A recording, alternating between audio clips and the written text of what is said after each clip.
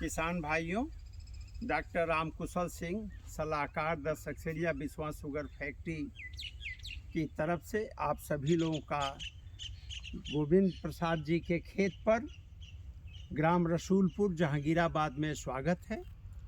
हम किसान भाइयों की मांग पर को 15/023 गन्ने की बुआई कैसे करें जिससे किसान को फ़ायदा हो और चीनी मिल को फ़ायदा हो, इस तमाम बिंदुओं पर आज चर्चा करना चाहते हैं। किसान भाइयों को 15/023 का गन्ना देखिए बिल्कुल ठोस होता है, इसमें कहीं कोई साँक नहीं होने से कोई भी फफूंदीजनक बीमारी इसके अंदर नहीं घुस पाती है। ये काना रोग के प्रति मध्यम रोग रोधी है।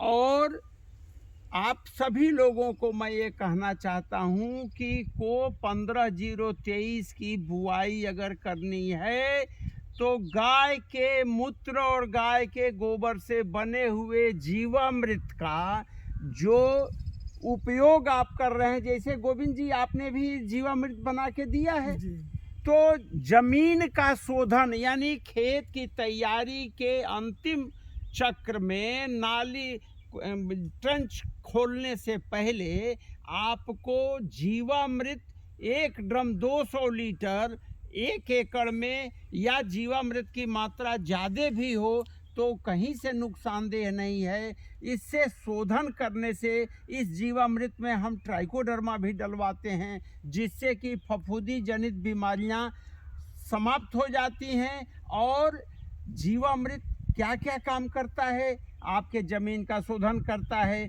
ज़मीन में सूक्ष्म जीवाणुओं की मात्रा बढ़ाता है, जिससे कि तरह तरह के फसल को मिलने वाले नाइट्रोजन, फास्फोरस, पोटास, माइक्रोन्यूट्रिएंट सबकी उपलब्धि होती है, केचुआ आता है।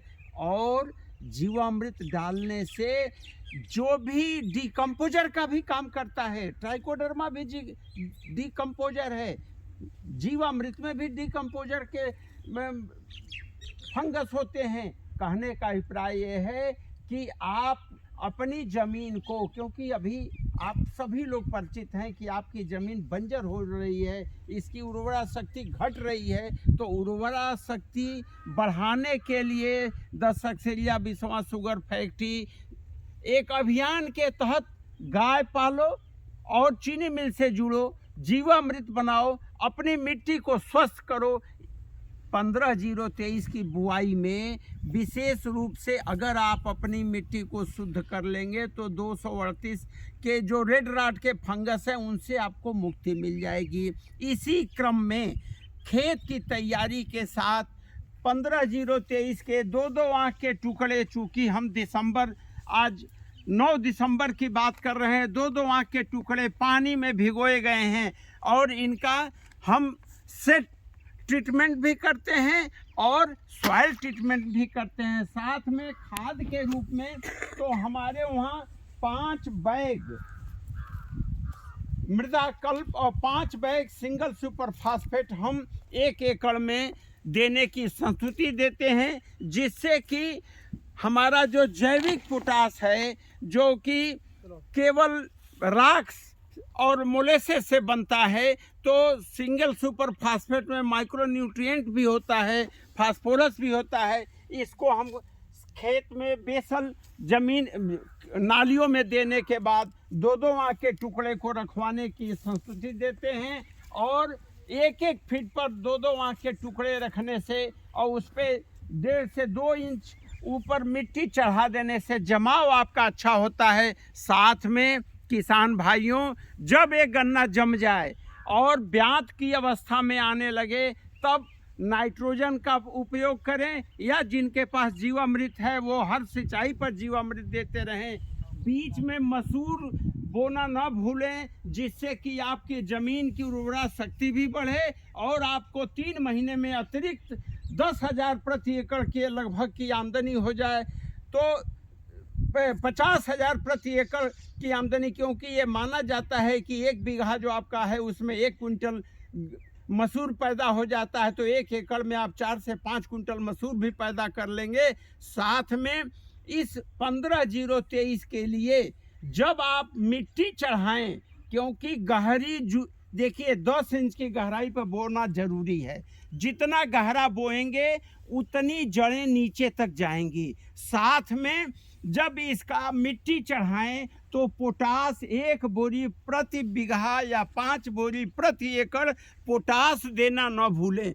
पोटास देने से आपका गन्ना गिरेगा नहीं, मिट्टी चढ़ाने से गन्ना गिरेगा नहीं, और आपके उपज ज़्यादा होगी भाई। आपकी पेड़ी अच्छी होगी तो अच्छी पेड़ी अच्छा उपज लेने के लिए मैं आपसे आग्रह करता हूं कि आप गौ पालन करें, जीवामृत बनाएं। हम जैविक कीटनाशक भी बनवा रहे हैं जिसका छिड़काव करने से चूहा से लेकर के और हाथी तक आपके खेत में 10 दिन तक कोई नुकसान नहीं करेगा, कोई कीड़ा नहीं जा सकता है, कोई फफूंदी नहीं वहाँ होगी।